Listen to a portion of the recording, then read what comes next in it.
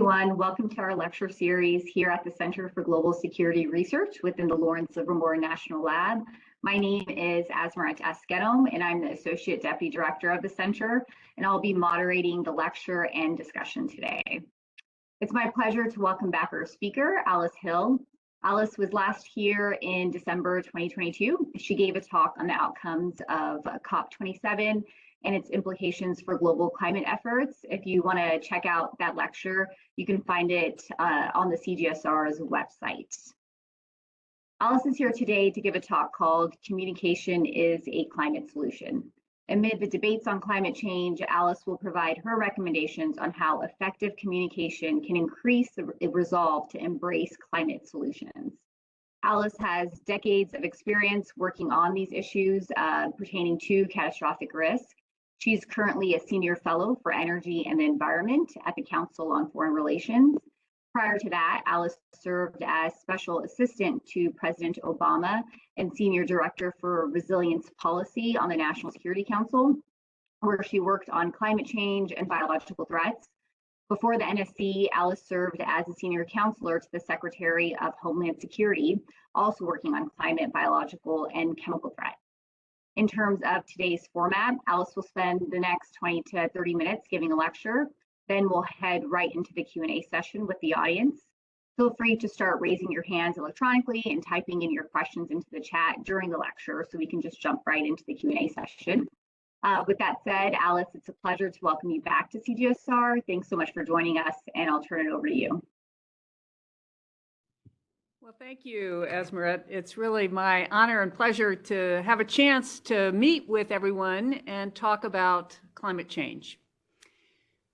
So I hope most of you all know that we have created a blanket of pollution around our globe. That's human caused, it's us. We're burning oil, gas, and coal, our agricultural practices, as well as deforestation, and we're just trapping heat that's causing us to heat up in very dramatic ways. So for those of you who are young scientists, and I've met some of you here today, you may have heard of David Keeling. And as a young scientist in the late 1950s, he decided he wanted to make his area of research the study of the accumulation of carbon dioxide in the atmosphere.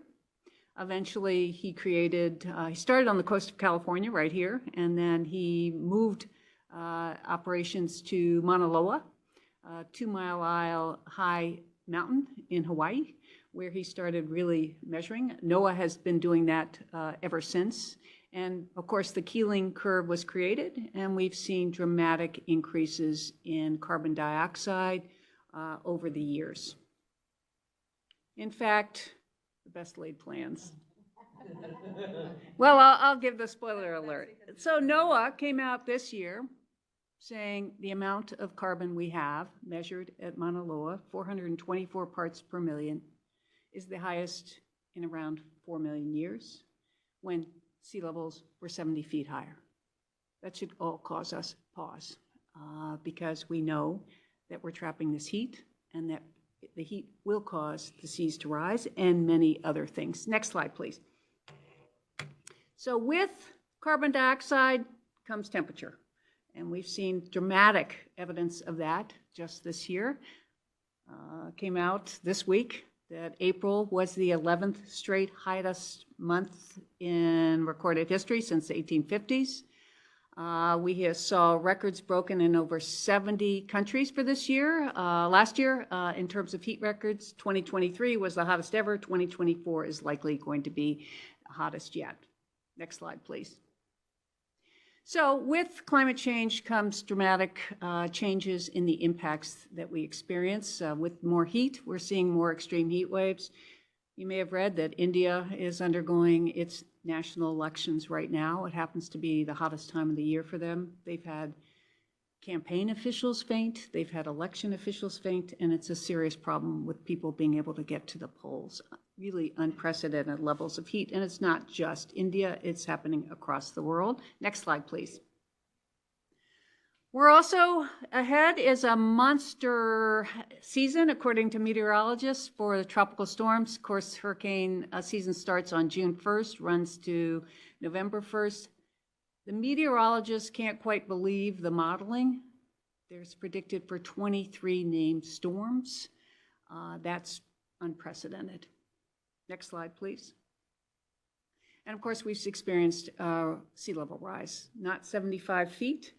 But in the Washington Post just last week, there was a report about sea level rise in the Gulf Coast. Of course, sea level rise doesn't come in like a bathtub. That's what I thought first. Everything's going to be rising equally. It doesn't. Of course, there's land subsidence and other tidal issues, other reasons why sea level rise is uneven. But in Galveston, Texas, since 2010, so that's 14 years ago, they've had 8 inches of sea level rise. That has dramatic implications for sunny day flooding, it's not just during a hurricane, it is just during a high tide. People are highly inconvenienced. Next slide, please. And of course, drought. I don't need to tell you all about drought. It's a challenge across the globe. This is just showing what drought in Europe. Next slide, please. And I don't think I need to tell you all about fire. Everyone says the fire season now is year-round. In Arizona, according to calculations, in 2020, it was 43 days longer, the wildfire season, than it had been in 1973. So more fire ahead. And of course, Huban and I worked in the Obama administration together, and we were just discussing that these fires are not like the fires that were occurring in 1973. They're burning hotter and they're more destructive than they ever were before. Next slide, please. So what do these 10 last years have in common? They were the hottest years in record. And we've just seen an upward climb, and we're going to see on the right next year. For this year, further climb is anticipated. Next slide, please. So in 1980, NOAA decided to start cataloging disasters, natural disasters that cause over $1 billion in losses each. In 1980, in those early 80 years, we had those disasters about every 3 to 4 months. So there was a period of hopefully separation between them. Now, last year we had a record 28 such events. And with this hurricane season, we may well hit beyond that. Don't know yet for 2023. But one of the challenges is with these events, they're occurring so quickly. It now averages 12 days between an event. That's very difficult for communities to recover from, for individuals to recover from, emergency responders, DHS, where Huban and I work together, FEMA, just back-to-back. Disasters strains everyone. It's also putting these kinds of losses have begun to affect our property insurance market. You're probably very well aware of that in California. I do head for the California Department of Insurance a working group on climate change and insurance, property insurance, and it's very difficult to find solutions really yet, when you're talking about wildfire in particular. So we're seeing a climb in disasters. This isn't just from climate change. There's also inflation, and there's also greater density in areas that are hit. Next slide, please. So what does all this mean? This is Jens Stoltenberg, the NATO secretary. NATO has created its own strategy for climate change. It has, in recent years, under Secretary General Stoltenberg, really become a leader on climate change, and it has recognized that it's a crisis multiplier. You may have heard the term threat multiplier. It just is, it makes everything worse. You got a problem, you add on climate change impacts, and things tend to become much more challenging. So, next slide, please. One thing that we haven't done as good a job in my opinion, is the modeling showing what the costs are from climate change. And I think when we're talking about communication, this has led to what I think is a difficult dichotomy. We have much better modeling, and probably because it's easier to do, on the cost of the transition. So, and part of that modeling, honestly, has been paid for by fossil fuel companies. There was a PBS show interviewing an economist who worked for a fossil fuel company, and he said his job was to model the costs of the transition. And when he raised, well, what about the costs of climate impacts? This is what he said in the interview: I was told not to work on that. And so we haven't had as well-developed economic modeling on what these costs are. It's incredibly difficult because climate change affects everything. It affects our health. Huban and I were discussing, the kids can't go to school in Pakistan and Bangladesh. We've had that in last year with the wildfire smoke that came across from Canada and landed, turned New York City orange, Philadelphia. We had kids who couldn't go outside and couldn't attend school. So we haven't modeled that. The vector-borne diseases, that's just health, much less the failures of infrastructure and the inability to work outside, all those factors. So we just this month came out a new study saying that it's going to cost, looking at far more, not modeling all the impacts, that it will cost $38 trillion a year by 2049, the impacts. You can see they fall very unevenly. The darker sections of the globe are where the costs will be higher. For every individual, it's estimated that their income would go down 19%. Now, it will be different among different countries, but that's on global average. And this study, published in Nature, showed that the 38 trillion is six times what it would cost actually to do the transition to clean energy. So we haven't really communicated well all the costs that come with climate change compared to the costs that are much better articulated for cutting, for the transition to clean energy. Next slide, please. So we have made progress. I work at the Council on Foreign Relations, so I do follow the global community and their fight to address climate change.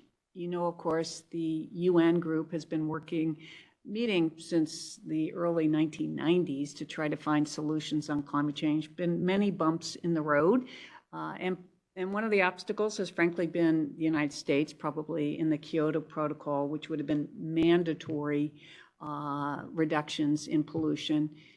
But in Paris, we reached this voluntary agreement among virtually all nations to put forward, as I've learned more about international negotiations, kind of the wording is sometimes awkward, nationally determined contributions, but every country is supposed to promise what they're going to do with the theory that they will ratchet up over time, and that will contain our heating. So next slide, please. So Paris Agreement was, we're going to try to keep it well below 2 degrees above pre-industrial Celsius, above pre-industrial levels, and preferably 1.5 degrees. And I assume everyone here is well familiar with that. All right, next slide, please. But we haven't done so well. With this voluntary system, we were headed previously to about 4 degrees, and we've turned the curve down, but according to the global stocktake, another kind of international negotiations term that was issued right before our last meeting, the 28th Conference of the Parties, so 28 separate meetings of people working on climate change worldwide, it came out, it was about 2.9 degrees. Now, one thing that we have is some great baseline scientific agreement across nations. The Intergovernmental Panel on Climate Change, which informs the UN negotiation process, is a consensus group. Every 4 years or so, they review all the science and all the climate science in peer-reviewed journals, and then issue their report. Now, one thing I think we all should keep in mind is, if you think about that and what we're learning about the climate, if we're only relying on peer-reviewed science, which has a delay in it, as you all are well aware, and then getting to the review by the International Intergovernmental Panel on Climate Change, some of the science that they rely on may be out of date. But it's clear, the last big report in 2018, not the last big report, but one very important, said we really need to keep it to 1.5. And with every fraction above 1.5, we see much worse, essentially exponentially worse events. It's not a linear thing. So we are way off track if we are headed somewhere like 2.9 degrees. That's very serious. If we think we have a property insurance challenge now, we really may not be able to obtain property insurance in some places. The other thing that gets lost is how this is a consensus report. So essentially all the nations that are a party of, which is virtually all, I think Yemen, it may not be a party to the UN negotiations, but virtually all nations have agreed on a consensus basis as to this science.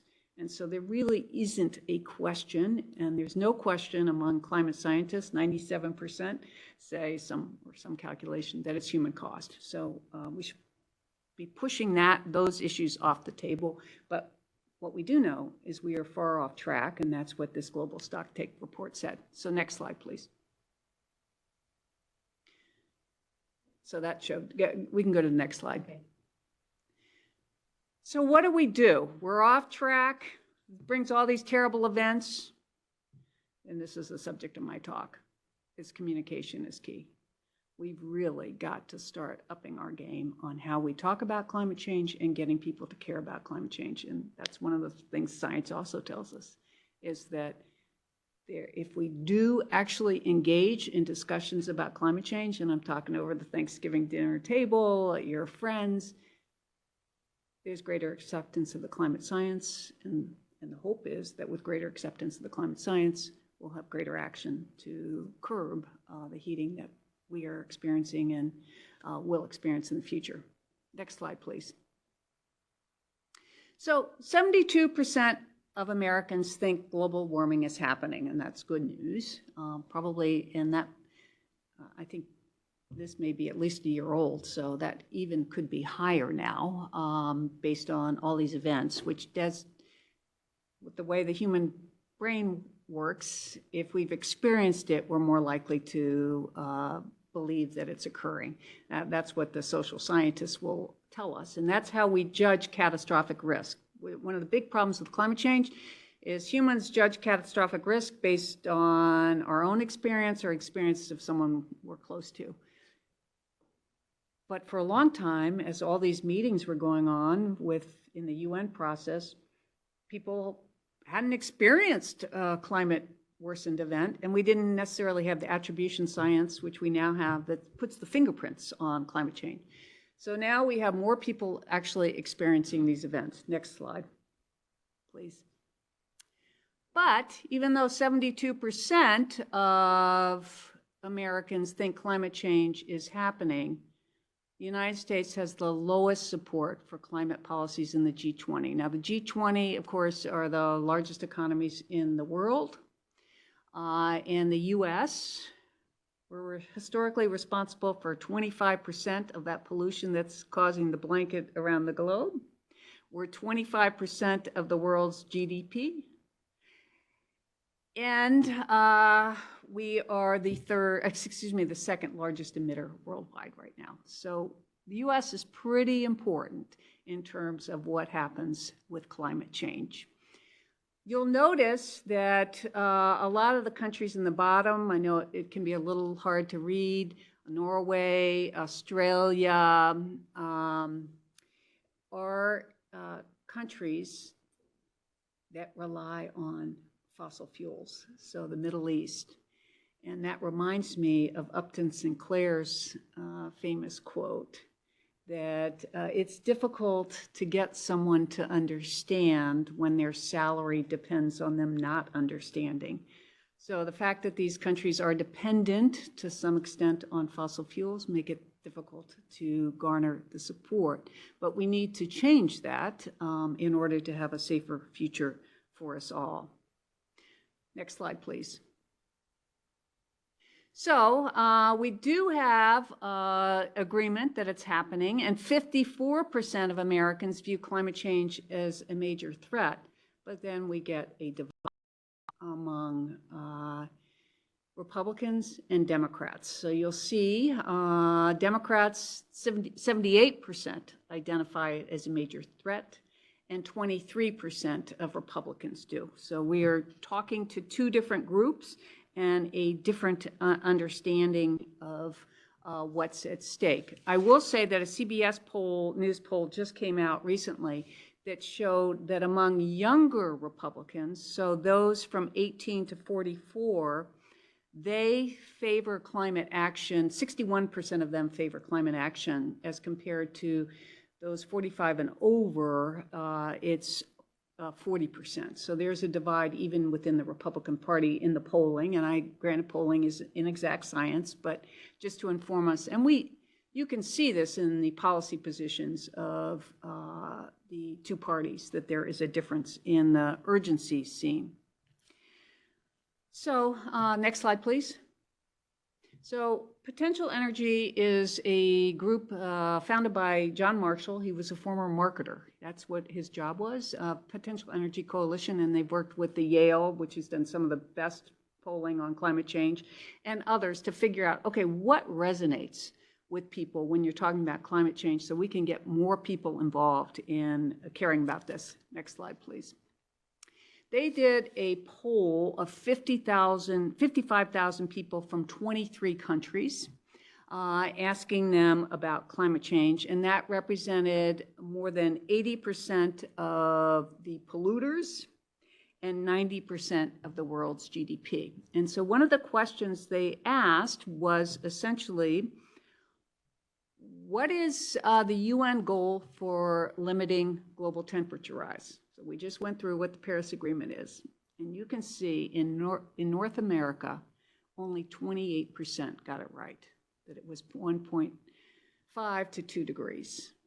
57% had heard of the Paris Agreement, but they weren't understanding what the hell it's about, honestly. And then you can see, if you get down to the Middle East, it's 14%.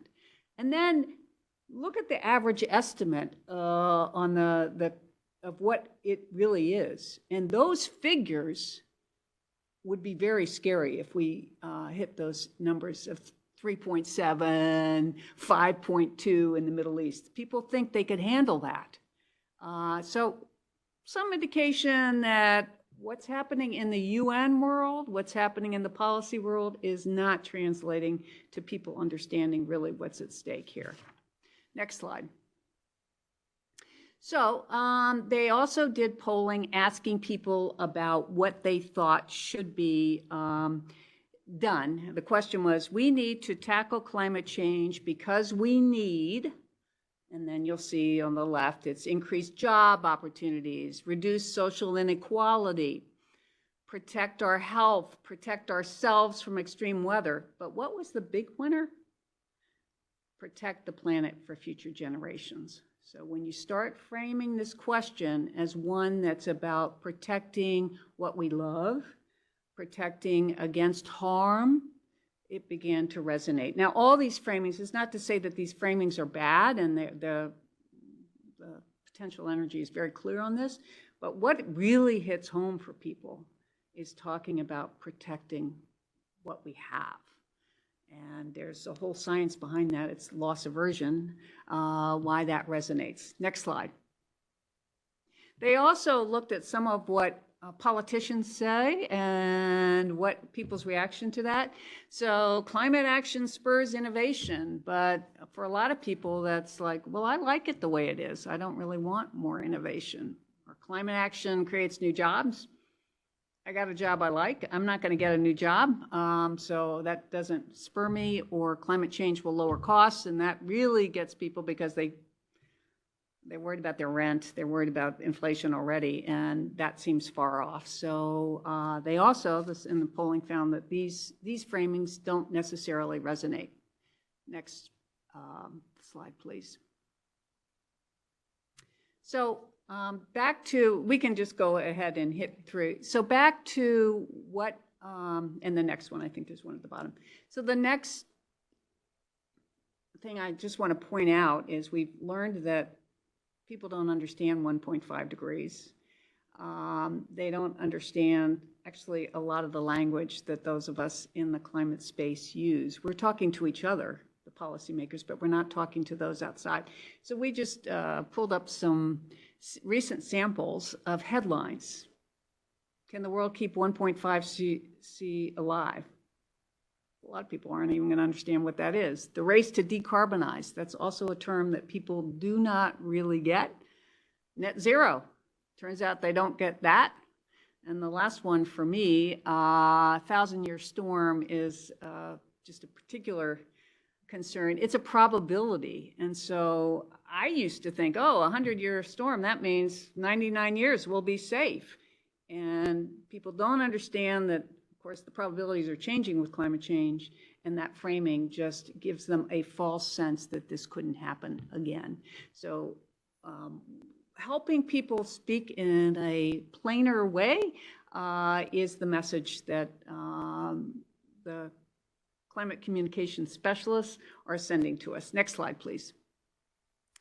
And this was a study that the Potential Energy Coalition ran. They ran 2 separate campaigns to see what would resonate with people. One was about net zero emissions, and the other was about Save Florida, and it was a meme about a Florida man. And in that one, they included that 1.3 million homes will be underwater in the next decade or suffering flooding. And the Save Florida, no surprise, won. People just don't get. That's just not a rallying cry. Save keep it at 1.5, let's get to net zero. They just don't understand what that means. Next slide, please. So the message is, if we use loss aversion framing, we will capture more attention. So it's what we have now, the green spaces. And of course, I lived in California for many years. I was a judge here. And coming back here, the crisp air, the beautiful mountains you have, the foothills here, it's gorgeous.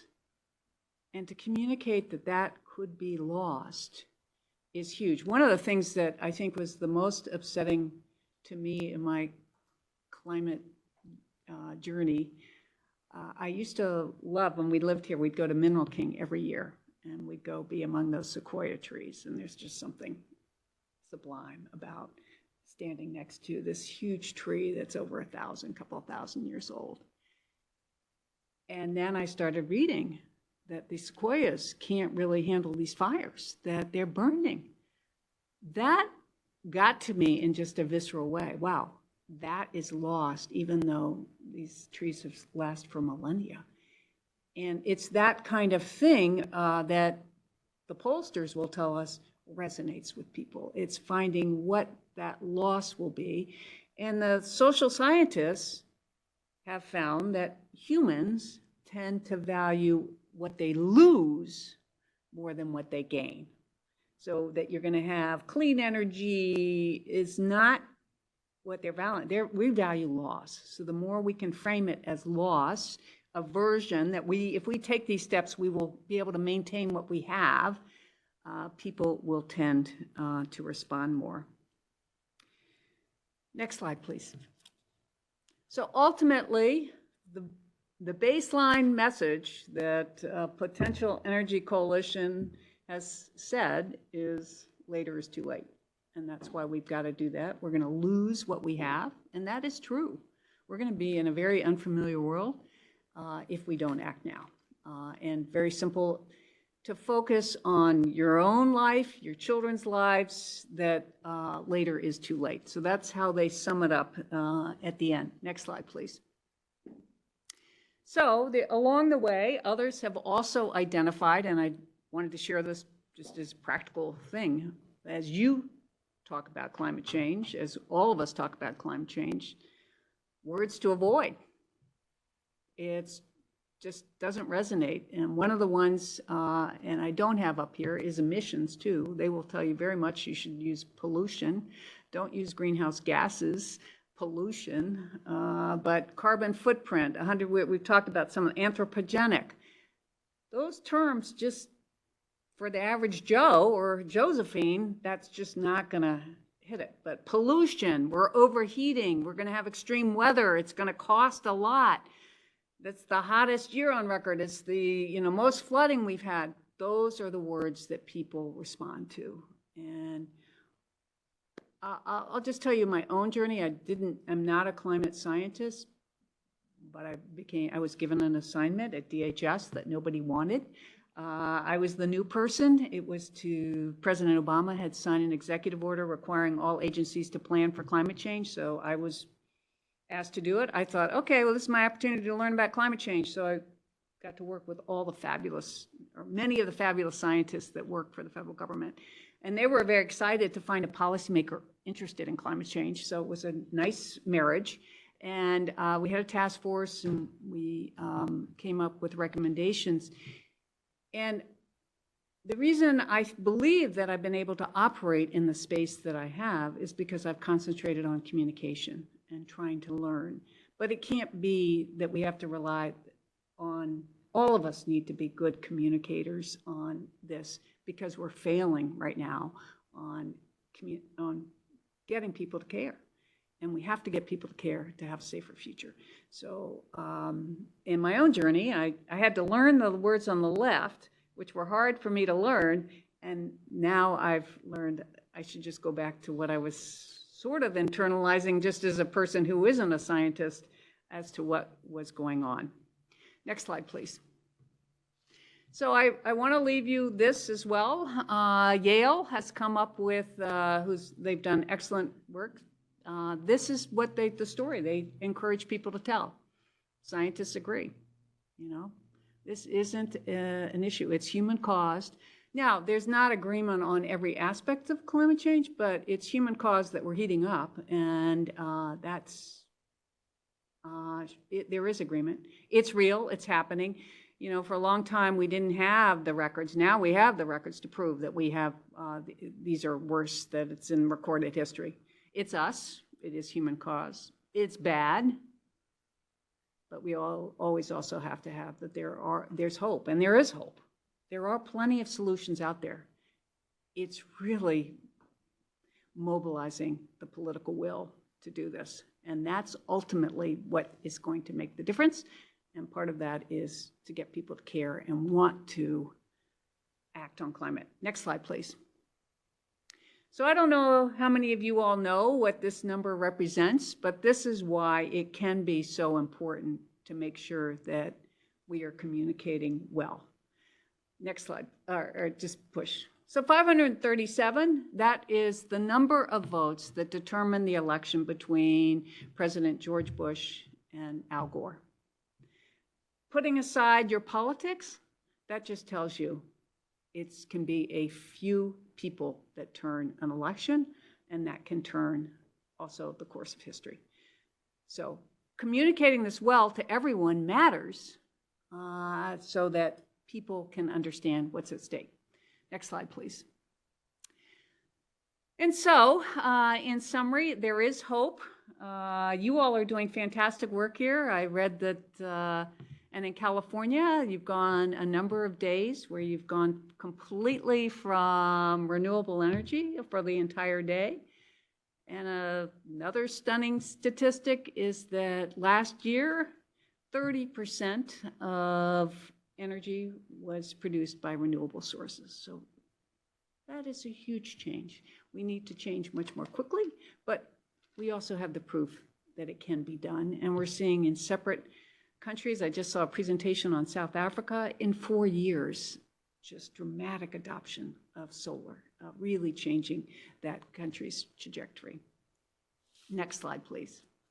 So this is another way of communicating, and I'm sorry I forgot to bring my pin, but this is a pin that is a climate scientist, Ed Hawkins, created, showing the change in temperature over time. Now, it gets scary to me to think he's already in dark red, so where do we go as we get hotter? I don't know.